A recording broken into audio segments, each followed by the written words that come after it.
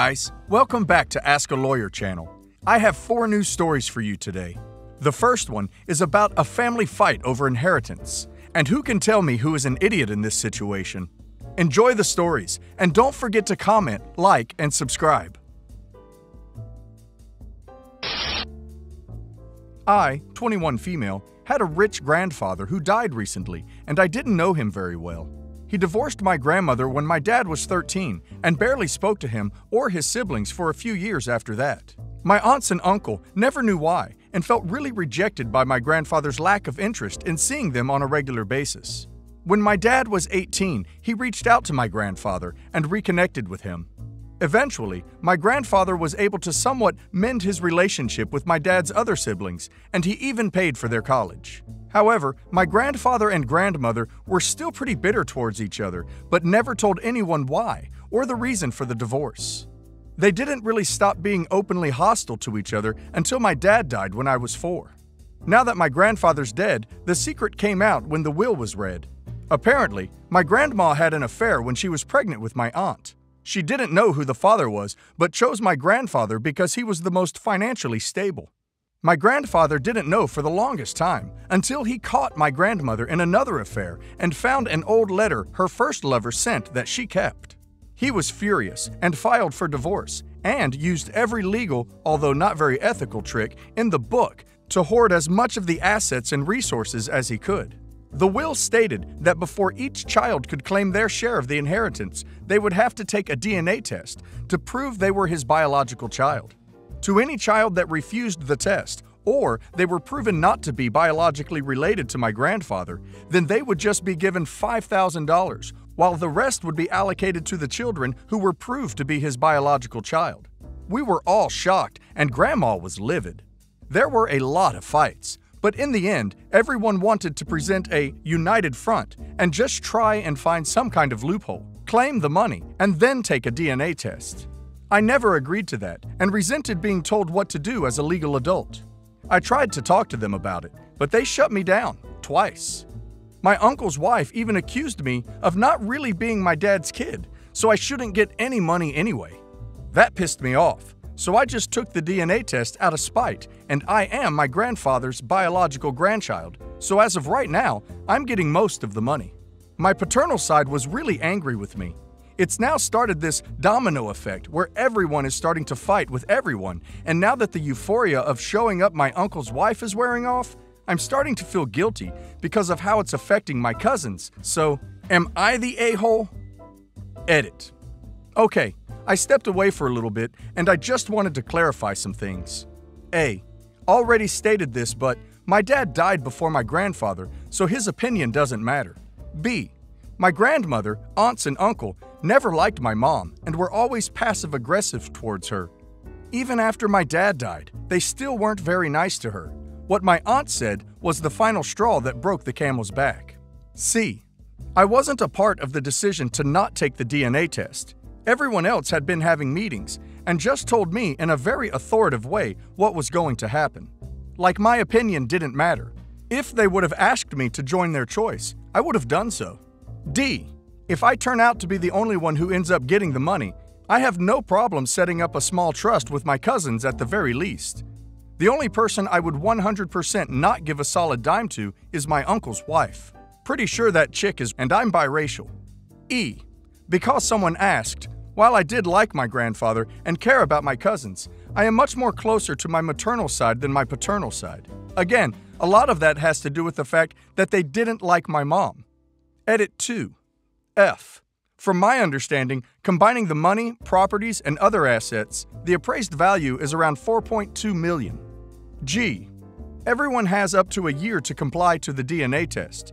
If everyone had refused, assuming there wasn't a loophole to exploit, each person would get just the $5,000, and the rest would have gone to charities that my grandfather felt deserved it. Edit 3. H. The reason why they haven't all taken the test yet was because my grandma doesn't want them to. She denies everything that my grandfather is accusing her of and says that the letter provided is a fake. She's too insulted by the mere accusation and thinks that if her children do it, then they're doubting her integrity while also giving in to my grandpa's manipulation from beyond the grave. Of course OP is not an idiot. The biggest idiot in this story is grandmother, who had at least 2 affairs. The grandfather paid for all the children's colleges from the marriage. I am also assuming he paid child support, as he never had any of the children tested. At the end of the day, it is his money, and he has the right to decide who gets it. He decided that he wanted it to go to biological family. That is totally his right. I don't even agree about the college fund for the cousins and such, because it's granddad's money, and if he wanted, he would have left money for their college. My ex, 25 female, and I, 27 male, were together about 6 months, but during that time, we were free to see other people. Things weren't working out, so we broke up. Over a month after that, she finds out she's pregnant and tells me the baby is mine. But I already knew she was seeing other guys, so it is possible the baby isn't. She got mad that I was having doubts, but I said if we got a paternity test and it showed I'm the dad, then yeah, I'll 100% be involved. My ex didn't want that, and she'd rather wait until after the baby is born to get a test done, so I said that's fine, it's her choice. But I won't get myself involved unless I know the baby is mine. Like, I already know I could be set up for child support if I start helping out now, and then later it's revealed I'm not the father. I live in the US and have heard this stuff happens a lot. I'd rather not even risk it, you know? She's about 8 months now, and I have started saving up money, reading up some books, making shopping cart lists of baby clothes and furniture to buy in case I am the father, so it's not like I'm not preparing for this at all. So right now, money is tight with her since I know she's only working part-time. She doesn't have the money for a baby bassinet or clothes because she practically lives paycheck to paycheck. She started asking to let her borrow money for baby stuff, but I've told her no. Far as I know, she doesn't have other family she's close to, and friends are the same as her with money. But I already said I'll start giving her money and helping out once I know her son is mine. Otherwise, I'd rather not get involved. I've even told her to reach out to the other guys who could also be the dads, but she said one is even more broke, and the other she hasn't even been able to contact. So for right now, it seems like I'm the only one actually able to offer financial support. We have a couple mutual friends, and I'm getting crap from them because they know I have the money to help out. She could be the mom of my kid, so the least I could do is provide.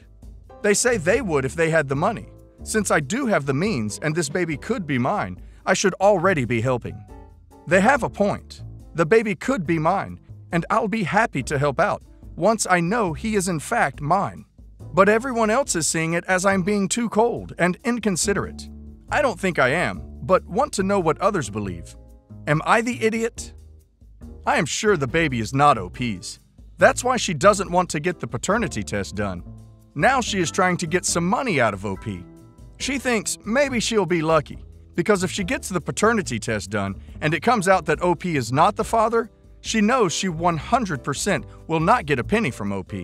So yeah, I think she chose the guy who has the most money, OP, and decided that he will be the father. Yeah, but the lie can't last forever. Hasn't been that long, but I thought I should update since many of you wanted to know. Following what a few here suggested, I tried talking to my ex again about getting the prenatal paternity test done right now, since she kept pressing me about giving her money. I said, if the situation is that bad, then let's have this test done already, so if the baby is mine, I can start helping out now. Because if we waited until after the birth, she was going to have to wait for my support until the results came in.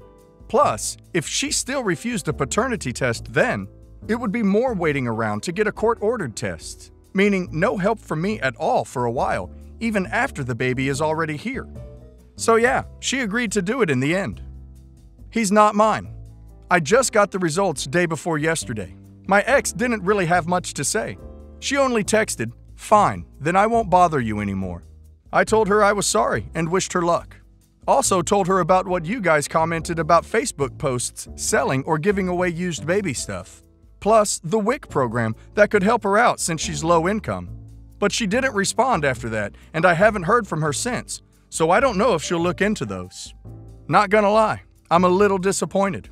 I know I was having my doubts about this baby being mine and was keeping my distance, but like I said, I was mentally and physically preparing in case he was, so that I could be there as a father. Still feel that loss, But at least now I know for sure. Years ago, in my early 20s, I was contacted by my ex from high school telling me I had a daughter, Sarah, who was already 6 at the time. It was a pretty huge shock to me. I was still young and had no idea how to be a father to a young kid. But I met her anyways. I know it was pretty dumb of me to have just taken my ex's word for it, but I genuinely thought Sarah was mine.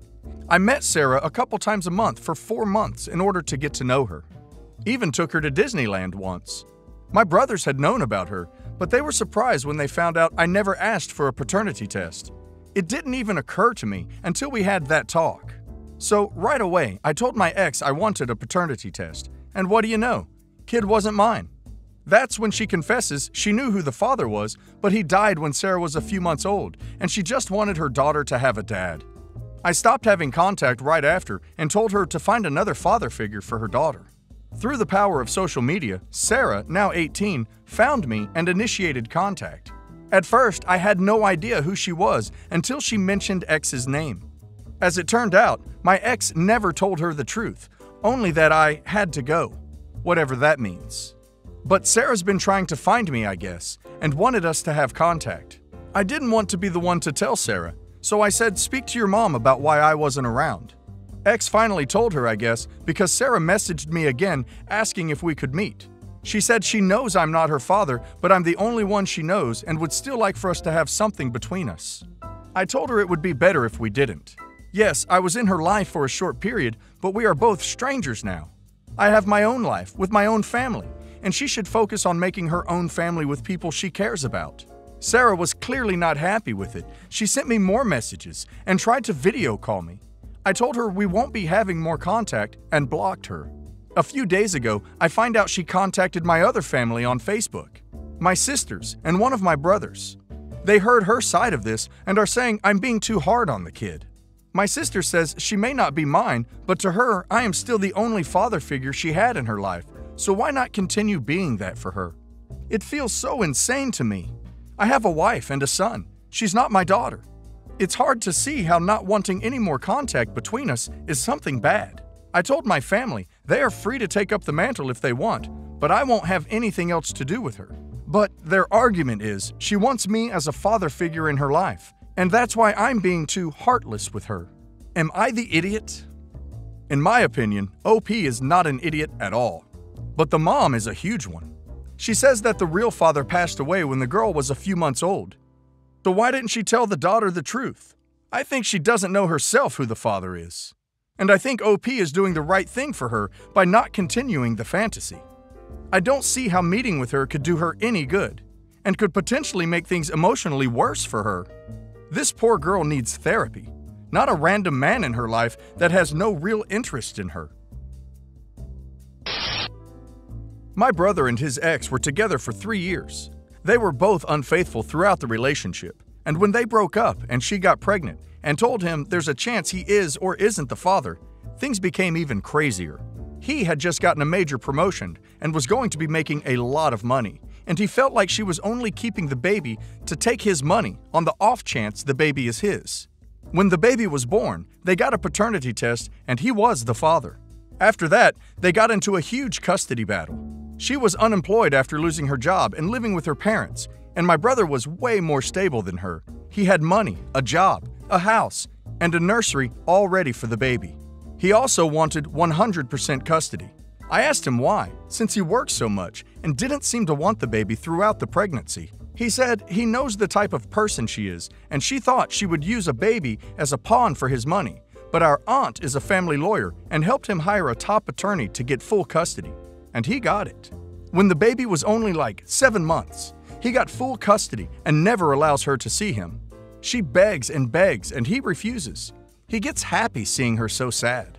He enrolled his son in daycare every day, 5 days a week, from 7 a.m. to 6 p.m. as soon as he got custody. He's now 3 and still on this schedule. My mom, or me since getting my license, picks him up from daycare and watches him at my brother's house until he gets off work at 8 or 9ish. He then lets him use the iPad until he goes to sleep around 10. Then it's the same routine over and over again. He doesn't even spend time with his son. He doesn't even change his diapers. Once my mom changes him before she leaves at 9, He doesn't get another one until he goes to daycare the next morning. The only time he even spends time with him is when he's taking him to daycare in the morning. We watch him on the weekends too, so he can unwind and basically have a bachelor pad. He doesn't even seem to love his son. His teachers since he was a few months are like his mother figure. He calls them mama. He's the first there in the mornings and the last to get picked up. Meanwhile, his mom is begging to see him since she hasn't seen him since COVID began. Yes, I know. And my brother refuses. Whenever my brother complains about being a single dad, I tell him he's not a real single dad since he chose to be the only parent and spent thousands on top lawyers. And also, his son is in daycare literally every day for most of the day and he never sees him. He called me an a-hole and said I'm disgusting for saying he's not a real single dad and he works to provide for his son. I think OP's brother is a horrible person. The first thing that came into my mind is he really wanted the son or he just didn't want to have to pay his ex. I'm sure it was more for the money, not for the child. OP's brother is neglecting his son and his developmental needs, and it will play out in some detrimental way in the future. I would report him to CPS. He is severely neglecting this kid, and it is likely the mom will be way better for the boy.